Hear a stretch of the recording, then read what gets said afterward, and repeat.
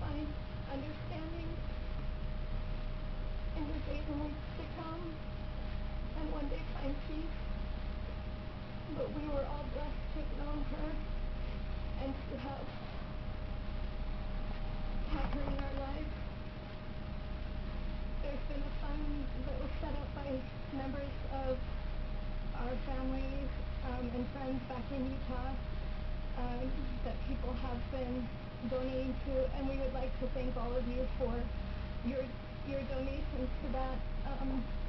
We're hoping to be able to use that to bring Emily back to Utah for her final resting place with her family there. And we want to thank all of you who made those donations. I will turn this to Robbie Parker.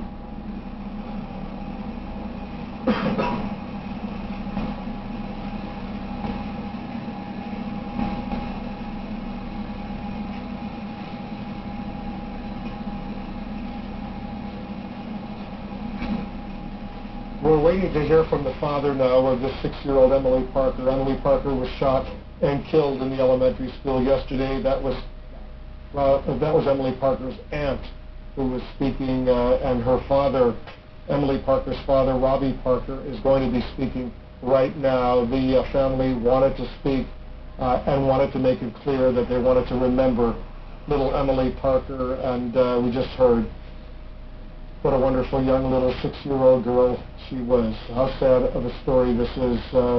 Gets sadder and sadder as we learn more details of these young kids and the 6 adults who were shot and killed at that school. 26 victims, 20 children, 6 and 7-year-old first graders mostly, shot for no reason at all. And 6 adults, mostly teachers, all women, shot and killed as well.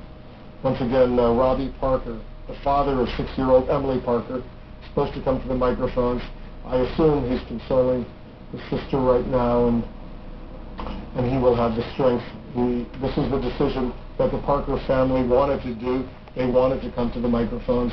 They wanted to speak about Emily Parker, and that is something that we've seen now that presumably we'll see a little bit more people wanting to remember their loved ones and speaking out. It's not unusual in a situation like this. I remember at Virginia Tech when I went out there, parents, loved ones of slain young people wanted to remember their sons and their daughters, and as a result they spoke and made a statement. So we'll see if Robbie Parker, I assume he's going to come out to the microphones now and make a statement. Looks like the family is there and they're getting ready to come to the microphone, so we'll listen in. Okay.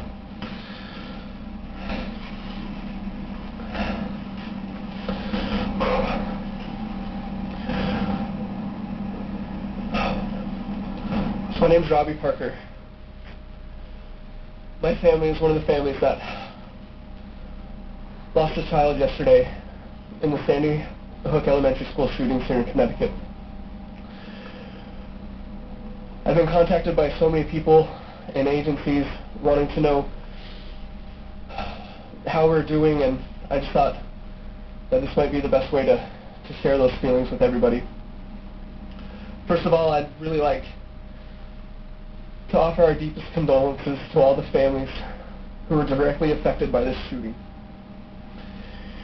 It's a horrific tragedy, and we want everybody to know that our hearts and our prayers go out to them. This includes the family of the shooter. I can't imagine how hard this experience must be for you. And I want you to know that our family and our love and our support goes out to you as well. At this time, our thanks go out to so many people, so many friends and family and complete strangers who we don't know, for all the love, condolences, and support that you've given to us. My daughter, Emily, would be one of the first ones to be standing and giving her love and support to all those victims, because that's the type of person that she is. Not because of any parenting that my wife and I could have done, but because those are the gifts that were given to her by her Heavenly Father. As the deep pain begins to settle into our hearts, we find comfort reflecting on the incredible person that Emily was and how many lives that she was able to touch in her short time here on earth. Emily was bright, creative, and very loving.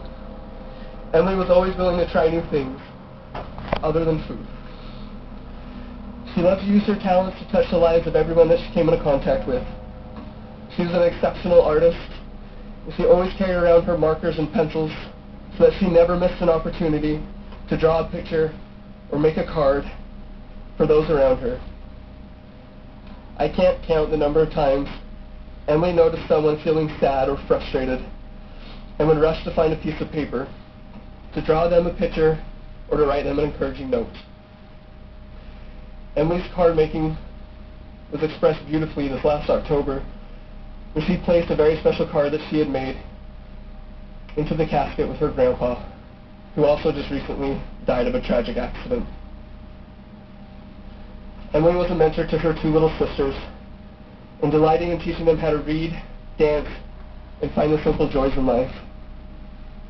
Emily's laughter was infectious, and all those who had the pleasure to meet her would agree that this world is a better place because she has been in it. As we move on from what happened here,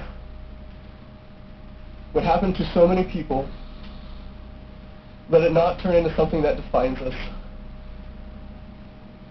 but something that inspires us to be better, to be more compassionate, and more humble people. Let us please keep the sentiments of love that we feel for our families and the compassion that we feel for others, even complete strangers, and keep them with us at all times, not just in times of sorrow and tragedy.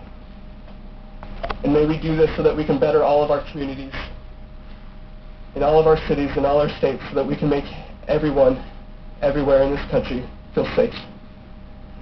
Thank you. I'd be happy to answer any questions as long as I see them to be within reason.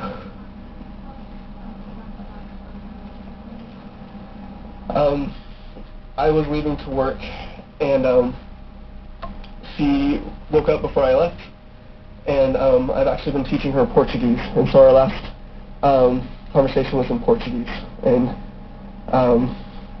she told me good morning, and asked how I was doing, and I said that I was doing well. She said that she loved me, and I gave her a kiss, and I was out the door.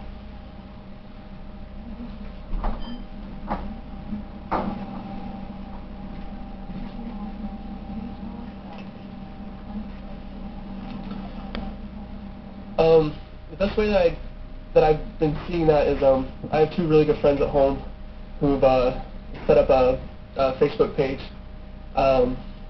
to help raise money for Emily. And when I've gotten on that and just seen the number of people who have commented and expressed their condolences, it's been quite overwhelming.